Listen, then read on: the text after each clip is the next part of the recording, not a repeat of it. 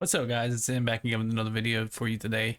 Um, Today we have this video basically about a couple named Barney and I think it's Betty Hill, and they were abducted by aliens. So they go and get this hypnosis done, and then during the hypnosis, Barney Hill starts to talk about some of the things that happened to him when he was abducted by these aliens. I thought it was a pretty cool video for you guys to maybe check out. So I'm reacting to it today. If you would sit tight, grab your popcorn, and let's get into it. And those that are new to the channel, make sure you subscribe, like, leave a comment down below. Let me know your thoughts after the video is over. I do appreciate all the support. Fully relaxed, all muscles are relaxed, you're comfortable, relaxed. You will not be anxious or distressed, but you will remember everything and you will tell me everything. Yes. I think I will stop. I will stop. And I have not stopped. And Betty said, "Look, there's a star moving." And I look and I see a star. It's funny. But I said, "Betty, that's a satellite. We are seeing a satellite." And then I pulled over to the side of the road. And Betty jumped out her side, on her side, with the binoculars, and I got the chain, and I hook it to the dog.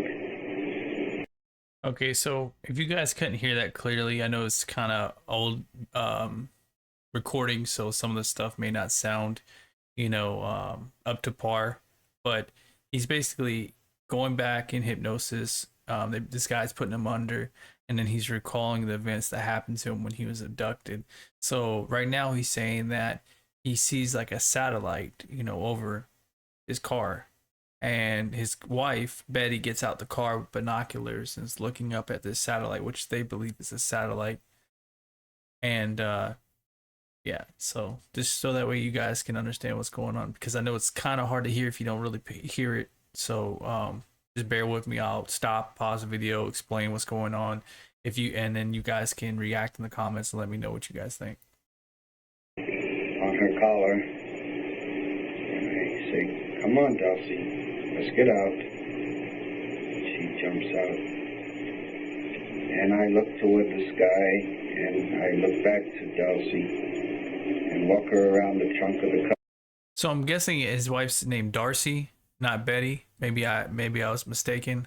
Let me go and actually look real quick. You guys bear with me. Let me see.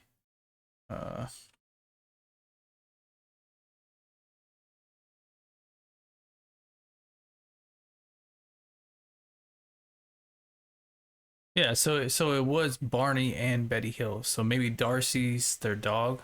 Maybe I'm tripping. Let me look.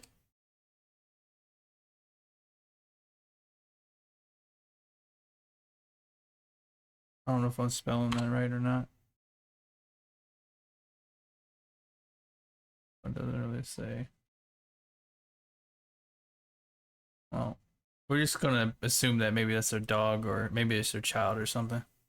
Car. And I'm saying, "Hurry up, Betty, so I can get a look."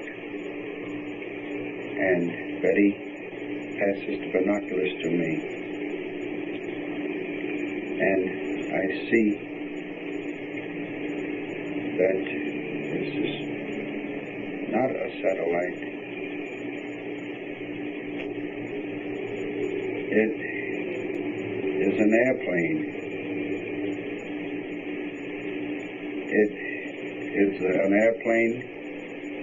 You can see, I think, you can see the rows of windows. And it is airplane. And I tell Betty this and give the binoculars back to her. And I am satisfied. And I drive, and Betty is still looking, and she says, Barney, that is not a plane. It is still following us. And I stop, and I look, and I see it is still out there, off in the distance. So I search for a place to pull off the road. And I see a dirt road to the right of the main highway. And I think this is a good place I can pull off. And if any car comes, it won't strike me. And I am... So they say basically they thought it was a satellite, and then his wife says, "Hey Barney, that's not a satellite, that's an airplane." And then he noticed that the airplane had these windows, or I guess on this aircraft had these windows. So they keep driving, and then they notice that this aircraft is still following them. So let's keep continue. This is strange, because it is still there. And Betty said, I think she said, I am mad with her. I said, I believe Betty is trying to make me think this is a flying saucer. Was it light enough to see? It was just a light moving through the sky, and I heard no noise. And So he basically instinctively thinks that his wife is trying to inform him that, hey, look, something's not right. This isn't a satellite. You know, this isn't a normal plane that you would see, you know, on an air base or something like that. You know, there's something off, and he thinks that she's trying to, you know, insinuate that it's a UFO. And he's also was making claims now that the UFO doesn't make any sound. And this is back in, I think, the 40s or 50s or 60s. This is back a while ago. So technology, even up until today, we don't have any aircrafts that can be able to do that where it doesn't make any sounds at all. So it had to be something else of origin. I think this is ridiculous. And Betty, it is not a flying saucer. What are you doing that for? You want to believe in this thing, and I don't. And so he's insinuating that his wife is insinuating that that's a flying saucer, and he's like, hey, no, you want to believe in it, you know, it's not a flying saucer. So he's basically fighting back with his wife, you know, trying to pretend he's not seeing what he's seeing. And a lot of times that happens to people when they see something they don't want to see. They make assumptions, or it's basically thinking that, you know, it's something else. So that way their mind is like, they're tricking their mind into thinking it's something else instead of believing actually what they're seeing. I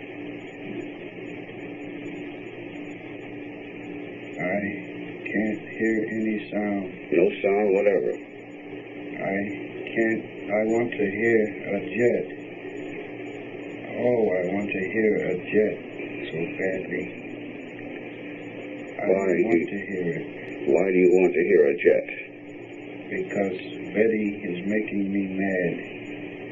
She is making me angry because she is saying, look at that. It's strange. It's not a plane. Look at it. And I keep thinking it's got to be.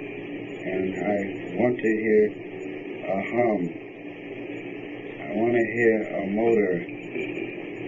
How far away was it? So you notice how he says he wants to hear. He wants it to be something. Because whenever you get in a situation, like for instance, for this guy Barney, he's like, I want to hear a motor. I want to hear a hum. I want to hear something, because he's used to hearing that stuff that makes him feel safe, you know. And when it's being something like maybe a UFO or extraterrestrial, you know, not being familiar with that, that's unsettling. And he wants to find something that's familiar, so that way he could trick his mind into thinking, hey, look, this is a normal thing. This is a regular spacecraft. I think of a paddle and a ball with a rubber. And you hit the ball, and the ball goes straight out and comes straight back without a circle. And I think only a jet could fly that fast. And I am hoping I can find a good place where I can stop and really see this thing, whatever it is. And I see a wigwam, and I recognize this place, and I feel safe. I feel less in the barren hostility. What is this place? Wooded area. What is this place? It is Indian Head. I had been there before, and I feel comforted that I see a familiar place. And I think I will get a good look at this, because Betty was very annoying. She was annoying by telling me, look, and I can't look.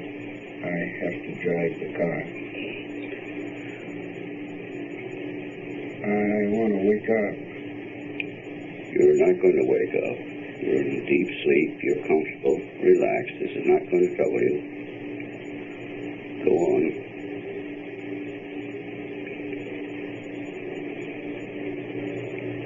You can remember everything now. It's right over my right. God. So from what I'm getting off of what he's saying is he's looking for anything that can make him feel comfortable, you know, like a smell, a sight, a place, you know, whatever, you know. He's trying to find something because he's so, you know, nervous because of seeing something like this. He's trying to trick himself into believing that he's, you know, okay, it's just a regular spacecraft. It's, you know, has all these regular machine parts and makes this noise and, you know, blah blah blah blah blah. And like he said, he saw, I guess he might have seen like a place, that's why he said like an Indian Head or something like that. There's probably a place around the area. Back then they didn't have like a lot of buildings and stuff like that, so it could have been like somewhere out in the country or somewhere like on an Indian reservation or somewhere around the area that he knew, that he was familiar with. And then he looks over his shoulder and he's still seeing this thing following him. What is it? And I try to maintain control so Betty cannot tell I am scared. God, I'm scared. It's all right. You can go right on, experience it. It will not hurt you now. I got to get my gun.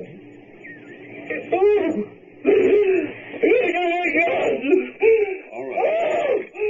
All right. That's all. Stop. Go to sleep, Steve. You forget now. You forget it now. You've forgotten. So whatever is happening, it's scaring the crap out of him. Not only I guess he claims to go and reach for his gun, but then somehow whatever it is has got his weapon. So he's screaming and he's nervous, and whatever's taking place is traumatic to him. Calm now. Relaxed. Deeply relaxed.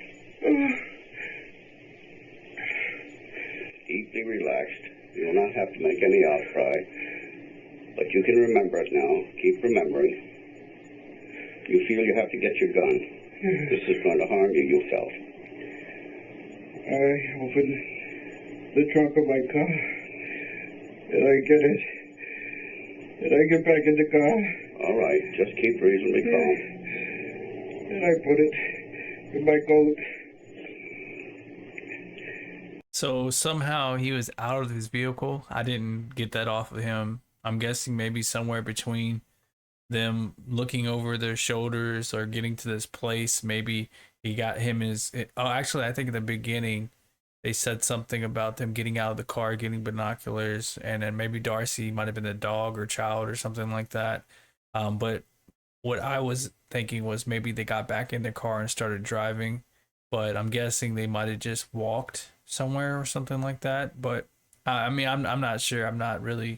I can't really understand exactly what's taking place, so I'm trying to break it down frame by frame. And then I get out with the binoculars, and it is there. And I look, and it shifts over, and I think, I'm not afraid. I'll shoot it down if I'm not afraid. And I walk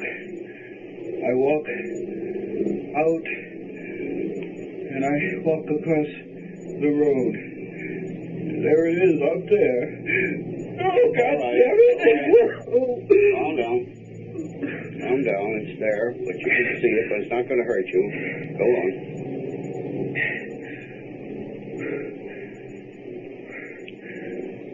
Why doesn't it go away? Look at it. There's a man there. Calm. It's not going to hurt you. There's a man there. And the captain, what is he?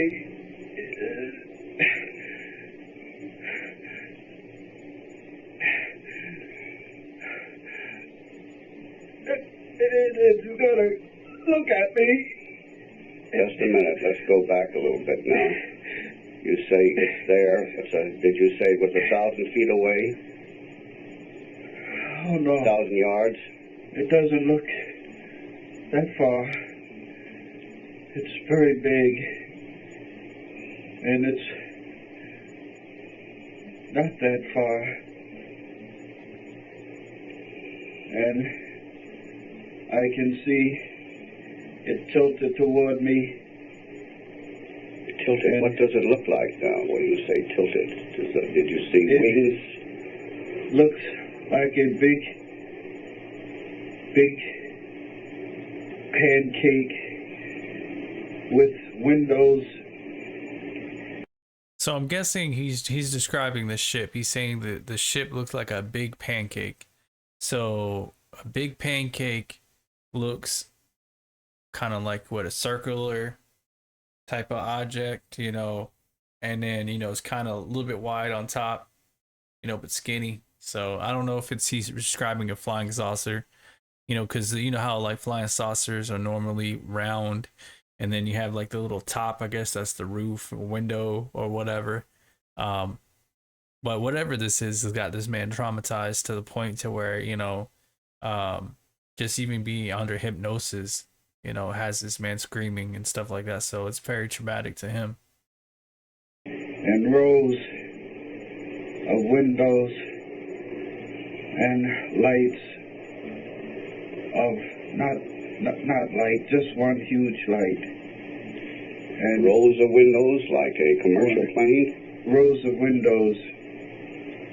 They're not like a commercial plane because they curve around to the size of this pancake. And I say, my God, no. I have to shake my head.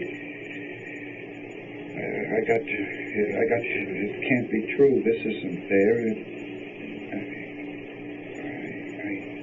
So he's going through denial. Like he's basically, any way he can get his mind to think that it's something that it's not, to get him comfortable, to calm himself down. Because what he's seeing is traumatizing. It's basically changing his whole perspective, and it's making him everything that he's already known to, from a kid on up is out the window now, and he's scared because he doesn't understand how to deal with what he's seeing. And it's probably traumatizing too because from the very beginning he's talked about like how his wife was insinuating that it's probably a flying saucer, and then he's from that point on he just continues to try to find a way to doubt it so that way so he can calm himself down. And now he's got to the point to where he's up to the craft and he's realizing, hey, look, this really is a flying saucer. This is not man-made. It doesn't make any sounds. There is no regular man-made components to the spacecraft. The windows are different, the shape's different. It's scaring him. Oh, it's still there. And I look up and down the road. Can't somebody come and tell me this is not there? It can't be. And it's... So he's even saying, hey, he's looking down the road to see if there's anybody telling him it's not there. Like, it's not real. What he's seeing is just, make believe, or maybe he's an illusion, or maybe he's having like a psychiatric episode, but in reality he's really seeing what he's seeing. Oh, you're still asleep, but you can see it all clearly. It's there. You sure it's there? Yeah. You weren't having a dream? It's there. You'd had no sleep that evening? I touch my right arm. It's not my right, it's my left arm. And then I touch my right arm, and it is my left arm. I'm confused. You're clear now. You're relaxed. It's still there. If I let my binoculars fall and dangle from my neck, and then start over again, maybe it won't be there, but it is.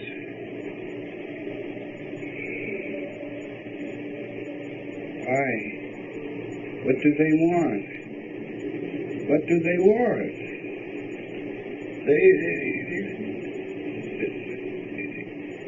So he keeps saying they, like, what do they want? What do they want? So I'm guessing he's seeing a group, not just one individual or, extraterrestrial or whatever. They're seeing like more than one. One person looks friendly. He's friendly looking, and he's looking at me over his right shoulder, and he's smiling. But that... Could you see him clearly? Yes, I thought... What's his face like? What does it make you think of? It's round. I think of a redhead Irishman. Okay, so now what he's describing, he's saying he's seeing like a humanoid type person, like a redheaded Irish human.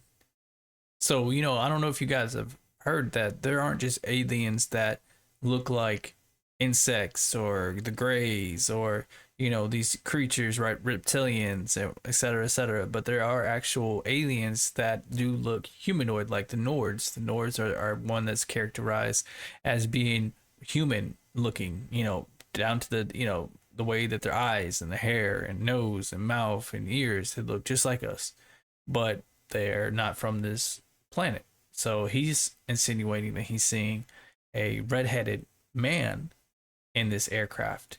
Now we also have to take in effect too that, you know, back then they were backward engineering these technologies all the way from World War One, World War Two, the Korean War, Vietnam, you know, on forward. So this could have took place anywhere in between that time period. I'm guessing it was the probably late 40s, 50s, 60s, 70s, something like that.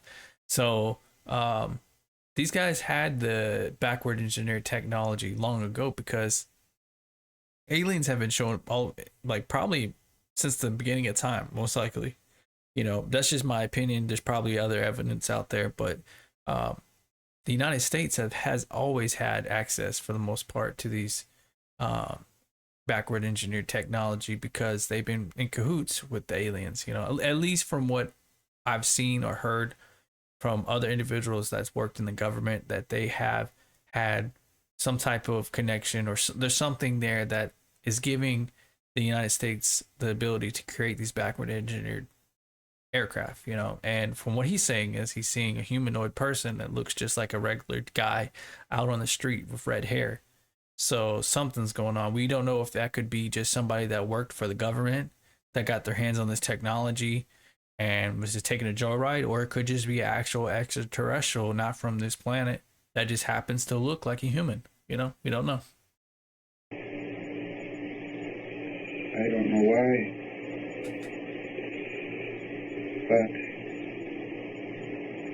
I think I know why.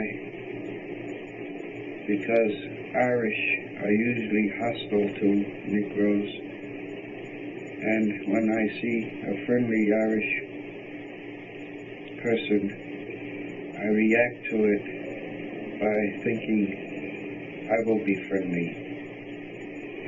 So I'm not sure if he said that Irishmen are hostile to like African Americans, because I'm guessing that's what he said. I could be wrong. I don't know if I heard that correctly. If you guys heard that, leave a comment down below. But he's saying, hey, look, there's this Irishman, and back then I'm guessing this is time during segregation and racial tension and stuff like that. So all of a sudden now he's seeing this like friendly Irishman that's not hostile towards someone of color, and it's, you know, it's different. It's not the same as, you know, during that time period. So something had to be up, something had to be out of the ordinary, especially driving this or flying this vehicle. You know, it's something that is out of the ordinary. So it's definitely weird from what he's saying. So I think this one that is looking over his shoulder is friendly. You say looking over his shoulder. Was he facing away from you? Yes, he was facing a wall. And You saw him through this window, or you said there was a row of windows? it was a row of windows, just a huge row of windows, only divided by struts or structures that prevented it from being one solid window. Or then it would have been one solid window. And the evil face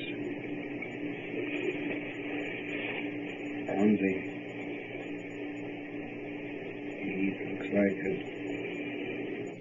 German Nazi.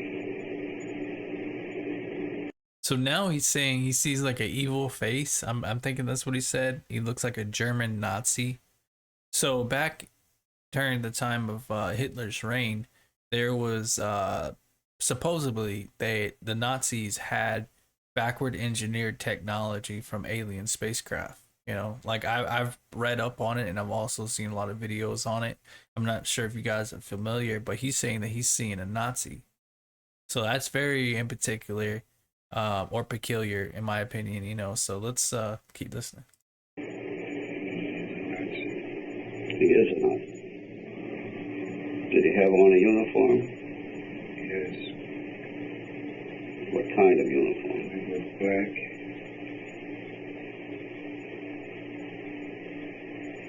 He had a black scarf around his neck, dangling over his left shoulder. You pointed it out as if it were on you. I never noticed that before. You had a black scarf on your neck. How could you see these figures so clearly at that distance? I was looking at him with binoculars. Oh. Did they have faces like other people? You say one reminded you of a red-headed Irishman. His eyes were slanted. I see it so. His eyes were slanted. But not like a Chinese. What was Benny doing all this time? So now he's saying the individual, or individuals, one of them had slanted eyes, like something he ain't never seen. It wasn't like a Oriental person. So that's very peculiar as well. It could have been a deformity. Sometimes people can have deformities and that cause their eyes to look certain ways. He's saying one of them had a Nazi uniform on, was a Nazi. One of them was an Irish redhead. So it's very, very, very peculiar. Excuse me. It's definitely something's up here. I'm not close to her. I don't know. You're out there by yourself now? Yeah. Don't think of her. Is she saying anything? I can't hear her. Did you make any outcry to her, the way you did to me? I can't remember. I don't know. I did not. You would remember it if you did. I did not. But I know this creature, this leader is telling me something. He's telling you something. How? How is he getting it to you? I can see it in his face. Do you see his lips move? Yes. No, his lips aren't moving. Yes, go on. He's telling you. And he's looking at me. What did he tell you?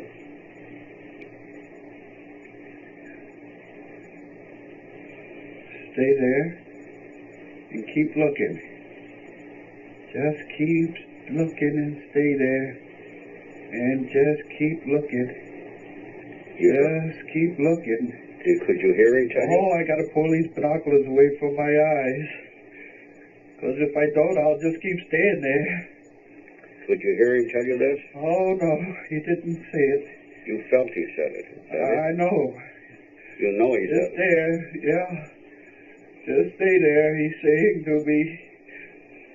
It's all right. pounding in my head. Just All don't right. pull the binoculars away. God, give me strength.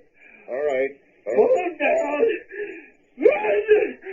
Pull these binoculars down and run. God, if there's a God, give me strength. I gotta get away. Oh. So I guess he made contact. Someone was able to see him from that spaceship or aircraft and was able to communicate to him telepathically to where the mouth's not moving, but you can hear the inside his head. And whatever was being said caused him to get really disgruntled, caused him to get really scared. He's already scared when, going all the way back to where his wife is telling him that's a UFO and basically she thought it was a UFO, and he already picked up on how she was feeling and he didn't want to believe it. He kept on making stuff up in his head so that way he can act like it's normal. This isn't anything out of the ordinary. And then it keeps progressing and progressing to the point now where he's actually made contact with these aliens or whatever they are, humanoid people. And they're talking to him telepathically. And now he's scared. He's really, really scared. And he's got it to the point to where, he is at the point where now he doesn't even want to sit there or stand there anymore. He's taking the binoculars and he's trying to get out of there, because he doesn't know what's going to happen next. At least that's what my opinion on. You guys, if you have a different opinion on how he is feeling, leave a comment down below. All right. You gotta get away from me. All right. Calm down. I'm driving. I gotta get away. How could you be sure he was telling you this? Calm down, you're still asleep. Oh.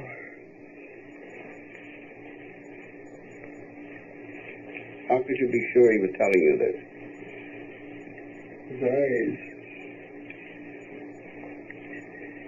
His eyes. I've never seen his eyes before. But you said they were friendly. You said they were friendly. Oh, no. Not the leaders. I said only the one looking over his shoulder Oh, I see. The leader was was the... friendly. How did you know the other one was the leader? Because everybody moved. Everyone was standing there looking at me. But everybody moved to these levers or in the back, or they went to this big board. They looked like it looked like a board. And only this one with the black shiny jacket and the scarf stayed at the window. I'm driving. You going back into the car now? Yes. You put down your binoculars, did you? I got him down. Yes. And you got into the car. Did you speak to Betty? Getting a hold of myself. I'm saying hold to myself. Now, don't panic. We got great fortitude.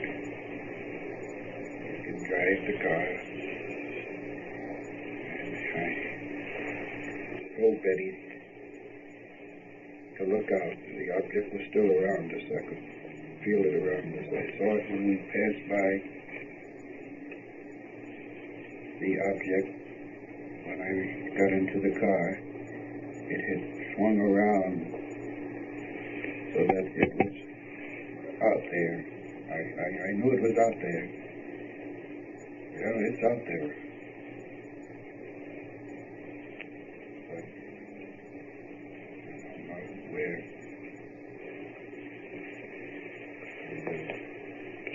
I'm lost.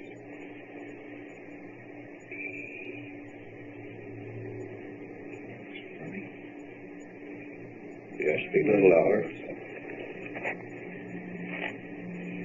I know Route 3.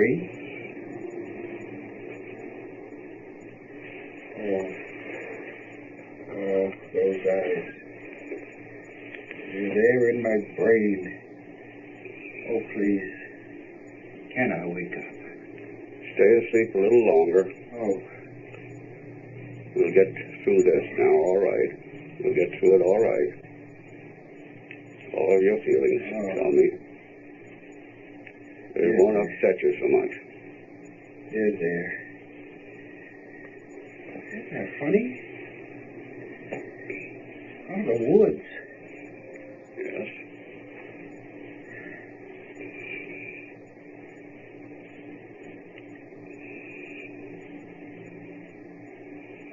That crazy dog.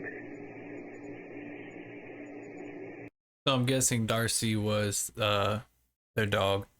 But from what I'm gathering here, this event was traumatizing to this man, you know, like from the very point to where he just up and left, got in his car and just, try to get far away as possible. But the image of this being or whatever it was that was staring at him with his eyes, saying he was burned into his head, it scared him to the point to where he, had to leave. Like he felt like it was something, I guess, evil. I guess that's what he says, an evil head or something like that. But then he said in the beginning, like it looked friendly, because there's not a lot of redheads. This is another individual that he said he saw a redhead that's smiling, looked like an Irishman, because there's not a lot of Irish people that, are friendly to like people of color. So, I mean, I don't know. What do you guys think? What's y'all's opinion on this so far? I think I'm going to pause it here. we could pick up on the next video if you guys are interested in this. I think it's um pretty weird, you know, the circumstances and everything that's taking place. So but yeah, I'm gonna do a part 2. If you guys are interested, leave a comment or like, and tell me what your thoughts are on that whole experience with this Barney. And if you're new to the channel, make sure you subscribe. I appreciate all the support, and I will catch you guys later. Peace.